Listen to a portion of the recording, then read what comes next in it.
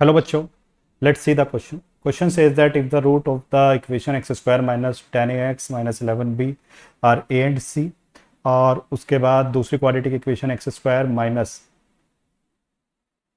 10cx minus 11d इसके root हैं a और b। ठीक है, तो हमें a plus C plus D A plus B plus C plus D divided by 110 की वैल्यू बतानी है, जहाँ पर ए बी सी डी चारों डिस्टिंक्ट पॉजिटिव नंबर हैं हमारे। ठीक है जी, तो देखो ये क्वाड्रेटिक इक्वेशन है। ठीक है, पहली क्वाड्रेटिक इक्वेशन है x square minus 10ax minus 11b is equal to 0।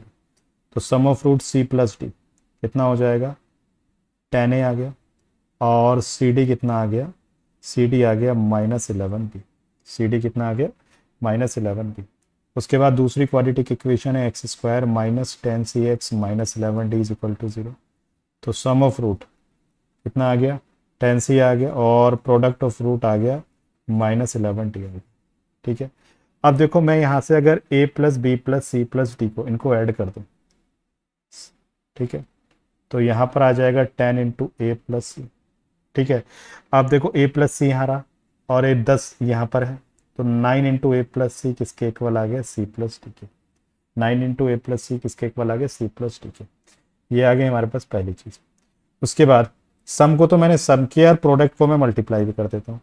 तो देखो ए बी सी डी कितना आएगा, माइनस माइनस प्लस, 11 11 में 121 बी डी। ठीक है, अब देखो बी डी हमारा क्या है, पॉजिटिव नंबर है, नॉन जीरो है, तो बी से बी डी से डी ये कैंसिल आउट। तो ए सी की वैल्यू आ गई 121। ए सी की वैल्यू अपने पास कितनी आ गई, 121। अब यहां पर इस क्वाड्रेटिक इक्वेशन का रूट ए है, तो उसको सेटिस्फाई करेगा। तो a square minus 10ac minus 11d is equal to 0। और इस क्वाड्रेटिक इक्वेशन का रूट है सी और डी, तो सी से सेटिस्फाई करा दो। C square minus 10ac minus 11b is equal to 0। दोनों को जोड़ दो, दोनों को हम क्या कर देते हैं, जोड़ देते हैं।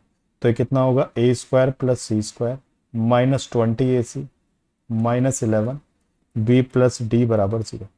तो a square plus c square को मैं लिख सकता हूँ ए प्लस सी का होल स्क्वायर माइनस 2ac। तो बी सी यहाँ पहले से लिखा है, minus 22ac minus 11b plus d बराबर 0।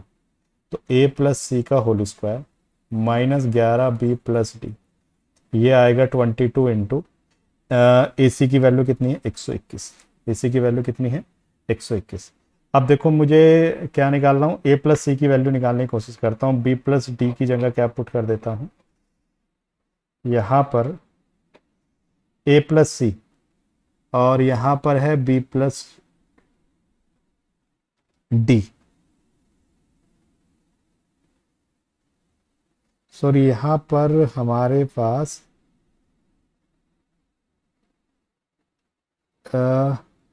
जब मैं इनको ऐड करूँगा ट्वाइस इंटू ए प्लस सी होगा यहाँ पर। ठीक है, 10 इंटू ए प्लस सी होगा, और ये आ जाएगा 9a plus C is equal to, यहाँ पर आएगा b प्लस डी। यहाँ पर कितना आ जाएगा, b प्लस डी। ठीक है, अब b प्लस डी की जगह मैं लिख सकता हूँ 9a प्लस सी। तो ये आ जाएगा a प्लस सी का whole square, A plus C का whole square. b plus D की जगह 9a प्लस सी, तो 9a ये होगा 99 a प्लस सी। ठीक है, plus 22 sorry minus 22 into 121 is equal to 0। अगर मैं कुछ देर के लिए अब a प्लस सी को मान लूँ t, तो ये बन गया T square minus 99t minus 22 into 121 बराबर 0।